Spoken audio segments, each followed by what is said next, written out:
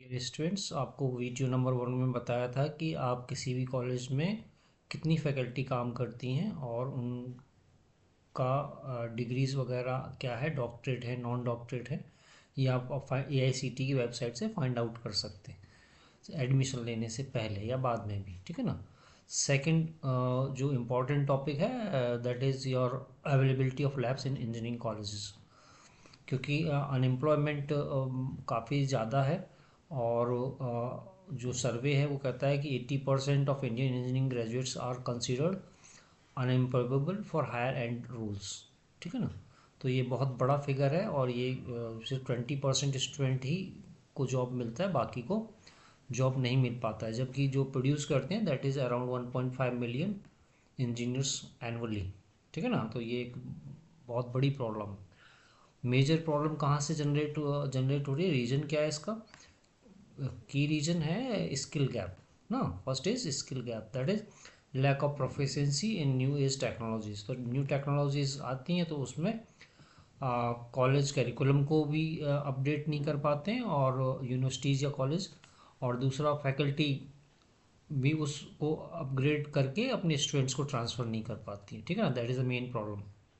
Second is curriculum and faculty, ठीक है ना। तो फैकल्टी बताया, फैकल्टी इज बैकबोन, ठीक है, किसी भी एकेडमिक इंस्टीट्यूशन का। और आपके फ्यूचर के लिए भी जो फैकल्टी है वो बेहतरीन होनी चाहिए आपके लिए, ठीक है ना, for theory and practical work, ठीक है ना। Third is lack of practical exposure. तो प्रैक्टिकल एक्सपोजर क्या है कि आपका ये डायरेक्ट रिलेशन है लैब्स के साथ में, इसकी वजह से भी अनएम्प्लॉयमेंट है, ठीक है ना। थर्ड है आपके सॉफ्ट स्किल और कम्युनिकेशन स्किल्स बहुत अच्छे नहीं होते हैं, उसमें काम करना होता है, उनको रिफाइन करना होता है, ठीक है ना। तो ये एक मेजर प्रॉब्लम है, ठीक है ना, इसमें काम करना चाहिए। ये आपका ट्रेनिंग प्लेसमेंट डिपार्टमेंट आपके कॉलेज के कराते हैं, ठीक है। हाई एक्सपेक्टेशंस एंड माइंडसेट्स, तो ये एक अलग तरह की प्रॉब्लम है जिसमें स्टूडेंट्स के ग्रेड्स अच्छे होते हैं और अच्छा परफॉर्म करते हैं मार्क्स के अंदर में ना। उनके 10th में, 12th में, बीटेक में, डिग्रीज़ के अंदर में अच्छा परसेंटेज होता है तो कम सैलरी की नौकरी अवॉइड करते हैं, ठीक है ना। तो ये एक मेजर प्रॉब्लम निकल के आई। की फाइंडिंग्स ऑन एम्प्लॉयमेंट, ठीक है ना। हाई एम्प्लॉयमेंट रेट इज़ 83% ना, ये तो आपको पहले पता ही दिया है। IITs NIT डिस्पैरिटी ना, तो जो टॉप इंस्टीट्यूट्स हैं अपने उसमें भी अराउंड 38% ग्रेजुएट्स इमीडिएट प्लेसमेंट नहीं मिलता है। लेकिन ये लोग, इनका IQ लेवल अच्छा होता है और पहले से ही मेहनत करके आते हैं लोग ना, तो ये हायर एजुकेशन में या कहीं ना कहीं सेट हो जाते हैं, सेटलमेंट ले लेते हैं अपना, ठीक है ना। और स्पेसिफिक सेक्टर स्पेसिफिक गैप्स है, जैसे कि IT और सेक्टर में, CSE सेक्टर में, इंफॉर्मेशन टेक्नोलॉजी सेक्टर में 3.67% है, ठीक है ना। They are considered employable by IT product companies ना। तो ज़्यादातर जो इंजीनियरिंग कॉलेजेस आजकल जो चल रहे हैं ना नॉर्थ इंडिया में, उनमें मेजर एडमिशन किस ब्रांच में, CSE या IT के अंदर, ठीक है ना। और इसका जो प्लेसमेंट है दैट इज 3.67% जैसे ये शो कर रहे हैं, ठीक है ना। तो बाकी ब्रांचेस में तो एडमिशन बहुत ही कम है, जैसे इलेक्ट्रॉनिक्स है आपका, मैकेनिकल है, इलेक्ट्रिकल है, उसमें कम एडमिशन है ना। तो ये पोटेंशियल सॉल्यूशन क्या उन्होंने सजेस्ट किया है कि मैंडेटरी इंडस्ट्रियल ट्रेनिंग होना चाहिए। तो ये ट्रेनिंग एंड प्लेसमेंट डिपार्टमेंट होता है, इंटर्नशिप कराएंगे, वो अवेलेबल कराते हैं आपको इंटर्नशिप ना, और आप इंडस्ट्री में जाके इंटर्नशिप करें। हैंड्स ऑन प्रोजेक्ट्स, तो हैंड्स ऑन प्रोजेक्ट्स आपके फैकल्टी कराते हैं, ठीक है ना। अच्छी फैकल्टी होंगी तो या तो आपको प्रोजेक्ट्स देंगे अपनी तरफ से काम करने के लिए, टास्क पूरा करने के लिए, या फिर वो फंडेड प्रोजेक्ट्स में काम करते हैं तो उस प्रोजेक्ट के अंदर आपको एंगेज करेंगे जिससे आपका एक्सपोजर बढ़े ना। Next is curriculum upgradation. ये जनरली सारी यूनिवर्सिटीज़ और कॉलेजेस करती हैं, टाइम टू टाइम इनकॉर्पोरेट करते हैं न्यू टेक्नोलॉजीज़ को ना, जो आती हैं इंडस्ट्री के लिए। तो वो उसमें कोई ऐसा कोई खास इम्पोर्टेंट प्रॉब्लम इसके अंदर तो नहीं है, ठीक है ना, अपग्रेड कर ही देते हैं ना। Focus on soft skills, improving communication and team work during undergraduate programmes. तो सॉफ्ट स्किल डेवलपमेंट के लिए ट्रेनिंग प्लेसमेंट जो प्रोग्राम डिपार्टमेंट होता है वो आपको हेल्प करता है कि आप सॉफ्ट स्किल्स अपने इम्प्रूव करें, ठीक है ना। सेकेंड इज़ जो कंपनीज़ हैं, क्योंकि आपने देखा है कि 80% ना आर नॉट एम्प्लॉयबल ना, सीधा सीधा। तो ये मेजर प्रॉब्लम निकल के आ रही है। तो इसकी कंपनीज़ ने, क्योंकि कंपनी को तो मैन पावर चाहिए काम करने के लिए, उन्होंने क्या किया, डिग्री को साइडलाइन कर दिया। सो की companies hiring based on skill not degrees, ठीक है ना। तो उन्होंने क्या किया है कि डिग्रीज को सेकंड प्रायोरिटी दे रहे हैं और फर्स्ट प्रायोरिटी स्किल को दे रहे हैं, ठीक है ना। और इसमें बहुत बड़ी बड़ी कंपनियां हैं ना, जिस tech and engineering company, Google है, एप्पल, IBM, टेस्ला, बड़ी कंपनियां ये ना। ये कंपनियां डिग्रीज को प्रेफरेंस ना देके स्किल को प्रेफरेंस देती हैं, ठीक है ना। अब आजकल जो ट्रेंड चल रहा है ना, तो ये एक मेन प्रॉब्लम आ रहा है। तो top demand in skills 2025 to 26, ये आपका डिजिटल एंड AI में, फंक्शनल स्किल्स में, सॉफ्ट स्किल्स के अंदर है, इसकी डिमांड रही है 25-26 के अंदर में ना। Why companies are shifting, widening skill gap ना। तो जो स्किल है वो जो चाहिए वो मिलता ही नहीं कंपनी को। तो 74% of Indian recruiters find it hard to find talent, क्योंकि जो रिक्वायर्ड स्किल है ही नहीं बच्चे के अंदर में, तो वो फिर एम्प्लॉय किसको करें, है कि नहीं। तो वो क्या करते हैं कि डिग्रीज़ को साइडलाइन करके बोल दिया उन्होंने कि भाई हमें स्किल चाहिए, डिग्रीज नहीं भी होगी तब भी काम चला लेंगे, ठीक है ना, कोई प्रॉब्लम नहीं है। Second is evidence based hiring ना।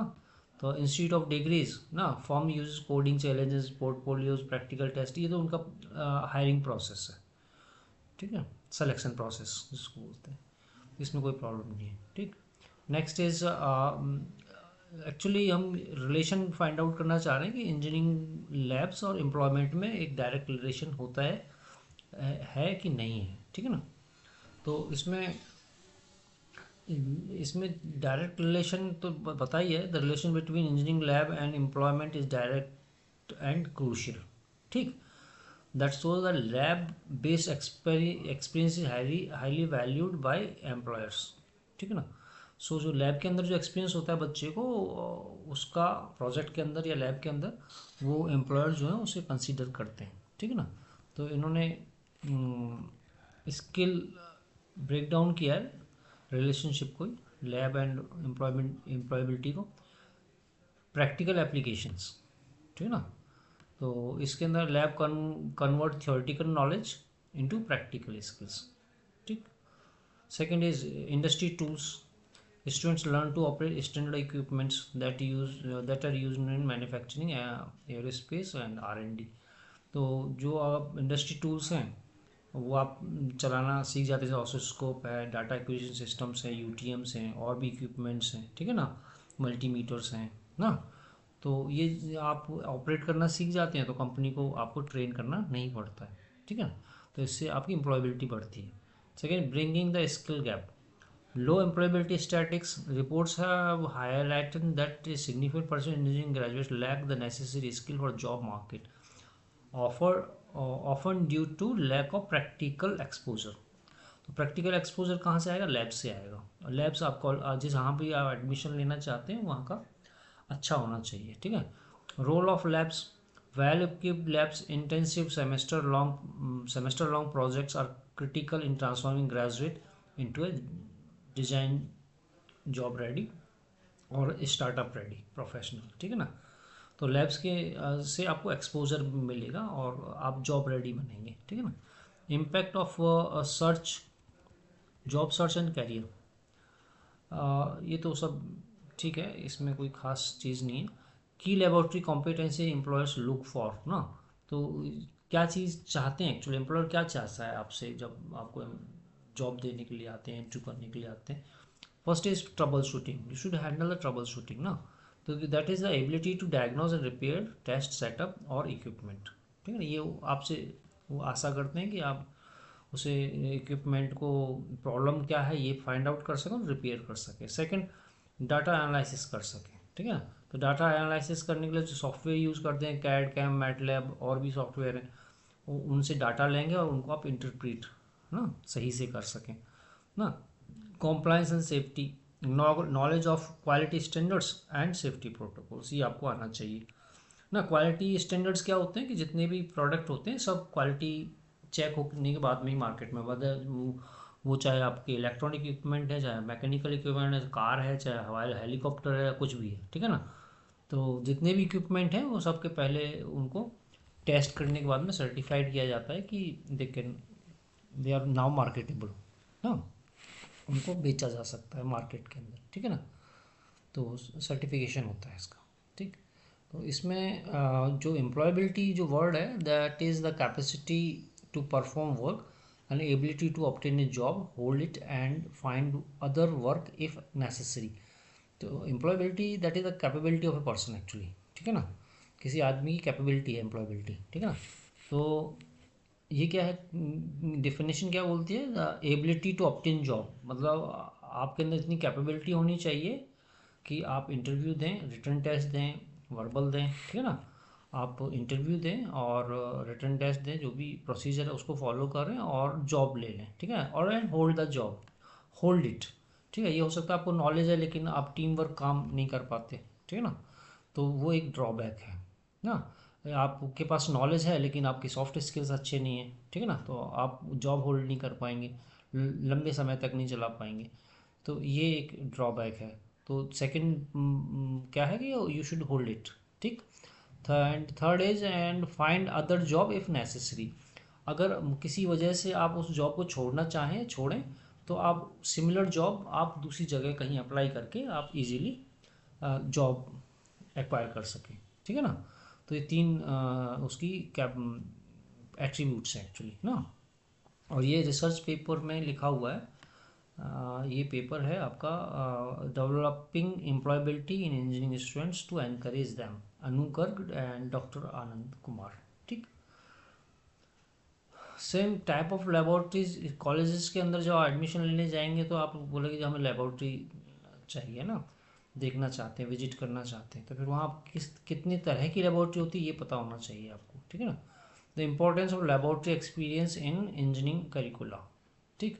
तो ये सर हैं और इन्होंने क्या नाम है, they are from IIT Madras, ठीक है ना। आईआईटी मद्रास के प्रोफेसर हैं। इन्होंने अपना एक पेपर लिखा है और इसमें लेबोरेटरीज को चार भाग में कैटेगराइज किया हुआ। First is a set laboratory. Set laboratory कौन सी होती है, जिसमें आपके with specific experiments using detailed instructions and equipment. The experiments are repeated each semester with minor changes or in some cases major changes, ठीक है। तो एक सेट लेबोरेटरी तो इसमें मैनुअल होता है, इक्विपमेंट होते हैं, ठीक है ना। आप जाते हैं उस मैनुअल को पढ़ के उसे परफॉर्म करके चले आते हैं, ठीक है ना, रीडिंग्स लेके। तो this is known as set laboratory ना, this is a required actually laboratory के अंदर जो एफिलिएशन दिया जाता है कॉलेज को, तो ये लेबोरेटरी होनी ही चाहिए और इक्विपमेंट होने चाहिए, लैब मैनुअल्स होने चाहिए, मिनिमम रिक्वायरमेंट यही है ना। लेकिन इसके अलावा भी लेबोरेटरीज कॉलेज के अंदर होती हैं, अच्छे कॉलेज होते हैं उनके अंदर दूसरी लेबोरेटरीज भी इनके साथ होती हैं, ठीक है। सेकंड टाइप की जो होती है take home laboratory, in which significant part of work is done by student away from the institution, ठीक है। तो ये जो बी सी और डी जो पार्ट है आपका, बी सी डी पार्ट जो है ये इसमें फैकल्टी का इन्वॉल्वमेंट चाहिए, ठीक है ना। उसमें भी चाहिए लेकिन ये अवेलेबल है ना, वो कॉलेज के अंदर होती है ना। लेकिन बी सी डी में एक अच्छी फैकल्टी का एक सुपरविजन चाहिए होता है, ठीक। तो इसमें क्या है कि टेक होम लेबोरेटरी के अंदर कोई फैकल्टी आपको जॉब असाइन करेगी, आप घर पर भी कर सकते हैं और कॉलेज में भी कर सकते हैं, ठीक है ना। दिस लेबोरेटरी में B use on A scheduled और नॉन शेड्यूल्ड बेसिस, ठीक है ना। आप घर पे भी और कॉलेज में दोनों जगह आप इसे कर सकते हैं, उसके लिए टाइम टेबल बना सकते हैं, नहीं भी बना सकते, फैकल्टी के ऊपर डिपेंड करता है जो आपको असाइन कर रहे हैं job, job in the sense कि जो टास्क असाइन कर रहे हैं, ठीक है। Second is problem laboratory, in which the student is given a specific well defined task to undertake, ठीक है। तो यहाँ पर भी आप टास्क फैकल्टी किसी बच्चे को या ग्रुप ऑफ स्टूडेंट्स को टास्क देते हैं और उससे बोलते हैं कि आप इस प्रॉब्लम को सॉर्ट आउट करके लाइए ना। 1 हफ्ते में, 2 हफ्ते में, 3 हफ्ते में लेकर आइए। तो ये इस तरह से प्रॉब्लम लेबोरेटरी है ना फैकल्टी के सुपरविजन में चलता है। ठीक। Third is project laboratory. So project laboratory भी फैकल्टी के सुपरविजन में चलता है। ये दो तरह से हो सकता है कि फैकल्टी के पास में ऑलरेडी गवर्नमेंट से या प्राइवेट संस्था से कहीं से उनके पास प्रोजेक्ट्स हैं, है ना, और उन प्रोजेक्ट के अंदर वो ऑलरेडी काम कर रहे हैं। डेवलप करने के लिए आपको उसमें इनकॉर्पोरेट कर लें, आपको उसमें जोड़ लें और आप उन काम को सीखें उनके साथ में। ठीक है ना। So third is project laboratory. Project laboratory एक लंबे समय के लिए चलती हैं। 1 साल हो सकता है, 2 साल हो सकता है, 3 साल हो सकता है, depending on the type of project. ठीक है। तो ये 3 तरह की जो लेबोरेटरी है ना, हैंड्स ऑन प्रैक्टिस असिस्टेंस है ना, फैकल्टी के द्वारा जो दिया जाता है स्टूडेंट को, ये बेहद इंपॉर्टेंट है बच्चे की क्वालिटी इंप्रूव करने के लिए। फर्स्ट सेट जो है set laboratory, this is available almost in every college. ठीक है ना, ज़्यादातर कॉलेजेस में है। लेकिन फिर भी ये सेट लेबोरेटरीज़ को देख के आना इतना, मतलब आप देखें 4 पॉइंट हैं इसके, 4 तरह की हैं, तो ये 20% ही रहा ना, आप 25% ही रहा आपका। ठीक है ना। तो अब ये जो पार्ट है इसको भी आप ज़रूर देखें एडमिशन लेने से पहले कॉलेज में जाके। ठीक है ना। अगर उनके पास नहीं है तो वो अवॉइड करेंगे सिंपली कि भाई नहीं नहीं ऐसे हम ऐसा वो नहीं विजिट नहीं कराते ना जनरली। अगर ऐसा है तो आप दूसरी जगह से पता कर लें, स्टूडेंट्स के थ्रू पता कर लें, लेकिन पता जरूर कर लें कि ये लेबोरेटरीज वर्किंग कंडीशंस में हैं या नहीं हैं, आप जिस सेमेस्टर में जिस ब्रांच में आप एडमिशन ले रहे हैं। ठीक है ना। Second is fundamental objects of engineering instructional laboratories. तो इन लेबोरेटरीज का जो ऑब्जेक्टिव है वो इन्होंने इसको थोड़ा सा एलाबोरेट किया है। The role of laboratories in undergraduate engineering education, ये काफ़ी अच्छा पेपर, रिसर्च पेपर है ना सर का। और इन्होंने इसमें बताया है कि फंडामेंटल ऑब्जेक्टिव्स लेबोरेटरी के कॉलेज के अंदर में क्या होते हैं। ठीक है। Yes, all objectives start with the following: by completing the laboratories in the engineering undergraduate curriculum you will be able to ना, आप क्या कर सकते हैं, इंस्ट्रूमेंटेशन करते हैं, जो इंस्ट्रूमेंट्स होते हैं उनको यूज़ करना आपको आता है। मॉडल बना सकते हैं, मॉडल बना के अपने किसी जो भी जिस क्लाइंट को आप देना चाहते हैं रियल वर्ल्ड प्रॉब्लम है उसको सॉल्व करने के लिए मॉडल बनाया जाता है। ठीक है ना। और आउटपुट लिया जाता है। सेकंड है एक्सपेरिमेंट्स करते हैं। ठीक है ना। तो एक्सपेरिमेंट मतलब कि आप किसी एंड गोल को अचीव करने के लिए डिज़ायर्ड आउटपुट चाहिए। ठीक है ना। तो डिज़ायर्ड आउटपुट लेने के लिए एक्सपेरिमेंट्स करने पड़ते हैं। ठीक है ना। था फोर्थ इज डेटा एनालिसिस। तो आप इनपुट देंगे और आउटपुट देंगे तो दोनों का एक कोरिलेशन होगा। ठीक है ना। भाई इनपुट दे, ये इनपुट देते हैं, ये आउटपुट मिलता है, तो एक डाटा एनालिसिस होता है किसी भी इक्विपमेंट का। ठीक है ना। Third is design. तो कोई डिज़ाइन आपको करना पड़ सकता है कि डिज़ाइन आप काफ़ी कंपोनेंट्स इकट्ठे करते हैं, उन्हें फिर असेंबल करते हैं और फिर एक इक्विपमेंट डिज़ाइन करते हैं अपनी क्लाइंट की रिक्वायरमेंट के अकॉर्डिंग। क्लाइंट ना हो तो अपनी अपनी रिक्वायरमेंट के अकॉर्डिंग भाई हम ऐसा आउटपुट चाहते हैं। ठीक है ना, उसके अकॉर्डिंग।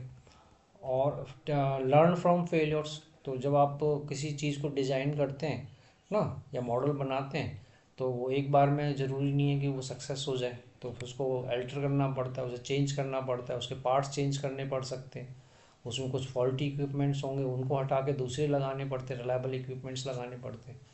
तो ये जब आप करते हैं तो इससे आपको ये पता चलता है इस तरह से तो होता ही है, हो ही जाता है, लेकिन इस तरह से नहीं होता है। ठीक है ना, कई तरीके से नहीं होता है, फेलियर के कारण और दूसरे भी हो सकते हैं। ठीक है ना। तो वो नॉलेज आपको काम आती है। ठीक है, कॉन्फिडेंस देती है आपको। Then creativity. तो आपको पता है कि कैसे होता है और कितनी तरह से नहीं होता है, तो आप अ, किसी चीज़ को मान लो करना है और उसका आप अल्टरनेटिव वे भी जानते हैं इम्प्लीमेंट करने के। ठीक है ना, एक या दो सेम आउटपुट लेने के लिए, तो आपके अंदर क्रिएटिविटी जनरेट होती है to solve the real world problems. ठीक है। एट्थ इज साइकोमोटर ना। तो साइकोमोटर मीन्स कि आपको कहीं पर आपको पता है कि भाई ये प्रॉब्लम है और इसमें कौन कौन से इक्विपमेंट यूज़ करने हैं, ठीक ना। तो इक्विपमेंट सेलेक्ट करना, कैसे सेलेक्ट करना है और उनको कैसे सेलेक्ट करके उनको यूज़ करना है ना, रिलायब एक फेथफुल आउटपुट लेने के लिए, ठीक है। तो ये आप सीख जाते हैं, ठीक है। Safety, right. तो आप जब काम करते हैं तो उस टाइम पर क्या क्या सेफ्टी लेनी चाहिए होनी चाहिए, ये आप सीखते हैं, ठीक है ना। कि नुकसान ना हो, ठीक, उसके लिए। सो नेक्स्ट इज़ कम्युनिकेशन, जब आप खुद डिज़ाइन करते हैं, बनाते हैं और उसे आउटपुट उसका जनरेट करते हैं, तो उसे मॉडिफाई भी कर सकते हैं, करते हैं आप ना। तो आपके अंदर कॉन्फिडेंस जनरेट होता है, ठीक है ना। तो आप उस चीज़ को, क्योंकि आप उसको थॉरली जानते हैं ना, तो आप ओरली और रिटन फॉर्म में इजीली उसे रिप्रेजेंट कर सकते हैं जब भी रिक्वायर्ड हो, ठीक है ना। तो आपका कम्युनिकेशन लेवल, जो कॉन्फिडेंस है वो बढ़ेगा, ठीक। टीम वर्क, तो जो आप प्रोजेक्ट करते हैं तो ज़रूरी नहीं कि आप अकेले ही कर रहे हैं, ठीक है ना। आपके साथ भी लोग हो सकते हैं, दो तीन चार, है ना। तो आप क्या नाम है, फिर जब चार लोग हैं तो हर आदमी की एक अलग रेस्पॉन्सिबिलिटी होती है, ठीक है ना। और अलग टास्क होता है, ठीक है। तो वो सब चीज़ें जब आप करते हैं, कम्युनिकेट आपस में, टीम वर्क में आप काम करते हैं, कम्युनिकेट करते हैं, तो आप क्या नाम है एक अच्छे और समझदार और रेस्पॉन्सिबल पर्सन के तौर पे उभर के आते हैं। ये एबिलिटीज़ जनरेट होती हैं, ठीक है ना। एथिक्स इन लेबोरेटरीज, ठीक है ना।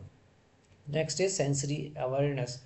तो कोई भी मान लो आप गाड़ी की, कार के मैकेनिक हैं, सपोज करें ना, तो बहुत से लोग हाथ लगा के और प्रॉब्लम बता देते हैं कि भाई ये गर्म हो रहा है तो इसमें ये प्रॉब्लम हो सकती है, वो, समझे ना। या फिर आवाज़ सुन के बता देते हैं कि भाई इसके अंदर ये प्रॉब्लम हो सकती है, इंटरनल प्रॉब्लम ये हो सकती है, ठीक है ना। तो ये क्या नाम है, ये सेंसरी अवेयरनेस ऑटोमेटिकली आप जनरेट हो जाता है आदमी के अंदर में, जब वो उन काम को लगातार करता है, किसी पर्टिकुलर काम को, ठीक है ना। ये सही है गलत है वो उनकी साउंड से, उसके टेम्परेचर से, उसकी वाइब्रेशन से पता कर लेते हैं, ठीक है ना, ज़्यादातर केसेस में, ठीक है। तो इस तरह से आप रियल वर्ल्ड प्रॉब्लम्स को आप सॉल्व कर सकते हैं। तो ये 13 एट्रीब्यूट्स हैं, ऑब्जेक्टिव्स हैं, ये मीट हो जाते हैं अगर आप लेबोरेटरी के अंदर काम करते हैं तो। फंडामेंटल ऑब्जेक्टिव्स ये हैं एक्चुअली में, ठीक है ना। अब इनको 13 हैं यहाँ पर, आप इनको चार के अंदर समराइज कर सकते हैं। Objective of engineering laboratory work, मतलब उन 13 को आप चार के अंदर डाल सकते हैं, ठीक है ना, समराइज कर सकते हैं। ये एक रिसर्च पेपर है, improving employability skill of students through laboratory and practical work ना, इन्होंने लिखा हुआ है। और ये इन्होंने चार चीज़ों में, चार ऑब्जेक्ट्स में समराइज कर दिया है। क्या क्या है? Practical work fall into four main groups ना। First is cognitive learning which focuses on the integration of theory and practice, ठीक है ना। तो थ्योरी आपने सीख ली, उसको आप प्रैक्टिकल करके देख लेंगे तो वो हमेशा याद रहेगी आपको, ठीक है ना। This is not cognitive learning है। सेकेंड इज इंक्वायरी मैथोलॉजी ना, एक हाइपोथेसिस बनाएंगे लाइक मॉडल, ठीक। फिर आप उसको एक्सपेरिमेंटल उसके लिए एक्सपेरिमेंट डिज़ाइन करेंगे ना, रियल टाइम में वो कैसे काम करेगा, क्या क्या उसकी लिमिट्स होंगी, ठीक है ना। वो एक्सपेरिमेंटल उसके एक्सपेरिमेंट्स करेंगे ना, और उसको मैक्सिमम करने के लिए मैथोलॉजी डिज़ाइन करेंगे कि किस मेथड से आप उसको टेस्ट करेंगे और इवेलुएट करेंगे और रिजल्ट्स उसके लेंगे, ठीक है ना। The inquiry methodology. Second, vocational aims that include awareness of current practices and inculcation of professional ethics. तो करंट प्रैक्टिसेस जो हैं किसी चीज़ को काम करने के लिए ना, वो आप उसके अवेयरनेस आपको होगी तो आप अपग्रेड होंगे, आपकी नॉलेज अपग्रेड होगी, ठीक है ना। The development of personal skills such as communication, report writing and team work skills ना। तो चौथा आउटकम क्या है लेबोरेटरी करने का, कि आपके जो पर्सनल स्किल्स हैं ना, सच एज कम्युनिकेशन, क्योंकि आपने खुद किया है, उसकी प्रॉब्लम्स भी सॉर्ट आउट किए हैं, ठीक है ना। तो डिज़ाइन किया है आपने, तो आपको वो कॉन्फिडेंस है, जो भी आप बोल रहे हैं वो सही बोल रहे हैं, और आपका बोलने में ही आपका कॉन्फिडेंस झलकेगा, आपका कॉन्फिडेंस लेवल या कम्युनिकेशन लेवल अपग्रेड होगा, ठीक है ना।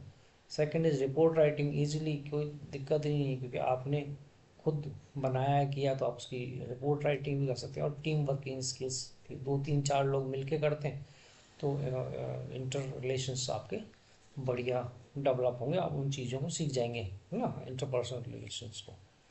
ठीक। अब इसमें एक स्टडी और है कि जो एम्प्लॉयर्स हैं ना, वो ये रिसर्च पेपर है by study on dynamics of graduate employability, special reference to engineering graduates, Harshal G Washi and doctor Tripti S Almola. ठीक है ना। तो इन्होंने एक रिसर्च पेपर लिखा है और उसमें 4 पॉइंट्स को इन्होंने इंक्लूड किया है। को जो एम्प्लॉयर होता है वो 4 पॉइंट्स के ऊपर आपको ज़्यादा एवेलुएट करते हैं ना। तो first is your soft skills ना, एम्प्लॉयबिलिटी फैक्टर, मतलब एम्प्लॉयबिलिटी फैक्टर्स हैं ये 5। ठीक है ना। इन 5 फैक्टर्स के ऊपर ही आपको क्या नाम नंबरिंग करके और इसी के ऊपर आपको जॉब असाइन करते हैं, तो या फिर नहीं करते, है ना। तो आपके सॉफ्ट स्किल्स होना चाहिए अच्छा। ठीक। तो so interview side soft skills करते डोमिनेंट कैरेक्टरिस्टिक। ठीक। Second is problem solving and problem solving skills. Problem solving skills आपका लेबोरेटरी से आएगा। ठीक है ना, critical thinking and problem solving skills. ठीक। तो आपको लेबोरेटरी के अंदर काम करना है। ठीक। और वहाँ पर क्या नाम है आप उसे एक्सपेरिमेंट्स करेंगे, उसके मॉडल बनाएंगे ना, रीडिज़ाइन करेंगे, तो आप रियल टाइम प्रॉब्लम्स को भी इजीली अंडरस्टैंड भी करेंगे, उनको सॉल्व भी कर लेंगे। ठीक है ना। Then functional skills. ठीक है ना। Job specific competence also matter of concern as per the interview. ठीक। एक्सपीरियंस। सो आप तो फ्रेशर हैं, तो जो फ्रेशर हैं तो एक्सपीरियंस कहाँ से मिलेगा, एक्सपीरियंस मिलेगा आपको इंटर्नशिप से। ठीक है। और दूसरा कहाँ से मिलेगा, जो प्रोजेक्ट्स हैं। ठीक है ना। कौन से प्रोजेक्ट्स, ये वाले प्रोजेक्ट्स,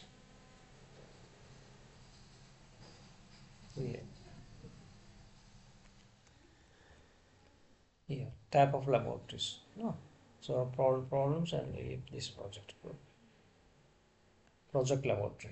ठीक है ना। तो इन यहाँ प्रोजेक्ट से जो फैकल्टी गाइडेंस में आप करेंगे, ठीक है ना, वहाँ से आपको एक्सपीरियंस मिलेगा। ठीक है। And second is academic reputation. So academic reputation क्या होता है, कभी कभी कभी के as per interview program reputation more important than academic reputation. ठीक है ना। Program reputation is more than academic reputation. Academic reputation is आपके मार्क्स। ठीक है ना। तो मान लो फॉर एग्जांपल सीएससी के और आईटी के 2 बच्चे हैं अलग अलग ना। आईटी वाले के बच्चे के 80% मार्क्स हैं और सीएससी वाले के 70% है, लेकिन इंटरव्यू क्या की प्रेफरेंस क्या है कि वो सीएससी वाले को प्रेफर करें भले ही उसके 70% मार्क्स हैं। ठीक है ना। तो वो एक प्रोग्राम रेपुटेशन को ज़्यादा महत्व देंगे as compare to academic reputation of IT. ठीक है ना। तो ये एक चीज़ है। और सॉफ्ट स्किल्स जो है आपका ट्रेनिंग एंड प्लेसमेंट डिपार्टमेंट होता है कॉलेज के अंदर में, वो कराते हैं आपको, और वो लगातार इंटर्नशिप भी वहीं से वो लोग ही मदद करते हैं इंटर्नशिप के लिए। बाहर पर जहाँ कॉलेज से बाहर इंटर्नशिप करने जाएंगे तो ट्रेनिंग एंड प्लेसमेंट डिपार्टमेंट आपको मदद करेंगे। ठीक है ना। प्रॉब्लम सॉल्विंग स्किल्स है ये आपका क्या नाम है लेबोरेटरी से निकल के आएगा। फंक्शन स्किल्स भी वहीं से निकल के आएंगे। ठीक है ना। तो ये है आपकी जो ये प्रॉब्लम है 80% वाली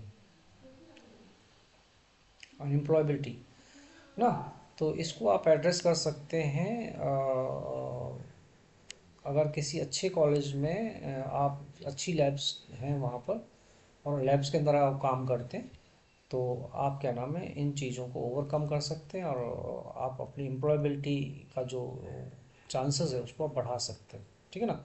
तो मोस्ट इम्पॉर्टेंट चीज़ क्या है कि कॉलेज के अंदर में लेबोरेटरी में लैब्स बेहद इम्पॉर्टेंट है। एडमिशन लेते टाइम पे लैब्स के बारे में आपको वर्किंग है या नहीं है, और लैब्स किस स्टैंडर्ड की हैं, ठीक है ना, और फैकल्टी किस स्टैंडर्ड के, ये ज़्यादा ज़रूरी है। ठीक है ना। ठीक।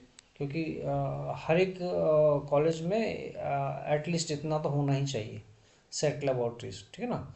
बाकी जो 3 ये जो 3 और हैं ना प्रोजेक्ट लेबोरेटरीज तक, ये जो लेबोरेटरीज तक है ये 3 जो है ये फैकल्टी के एसोसिएशन से ही होती है। ठीक। तो फैकल्टी अच्छी होनी चाहिए, जो वीडियो वन जो बनाया था उसमें मैंने बताया आपको। और सेकंड क्या नाम है, लेबॉर्ट्रीज़ अच्छी होनी चाहिए। तो लेबॉर्ट्रीज़ वर्किंग में होनी चाहिए, वेल इक्विप्ड होनी चाहिए। ये या तो आप एडमिशन लेने से पहले वहाँ विजिट करें, अगर वो लोग करवा दें तो ठीक, नहीं करवाएं तो आप उसकी जानकारी ज़रूर लें अपनी ब्रांच की कि भाई यहाँ पर ये लेबॉर्ट्रीज़ हैं या नहीं है। From second year to final year जितना भी सिलेबस है उसमें जितनी भी लेबॉर्ट्रीज़ लिखी हुई है सब की सब, ठीक है। तो ये एक इम्पॉर्टेंट पॉइंट था। And now thank you for your listening. Thank you very much.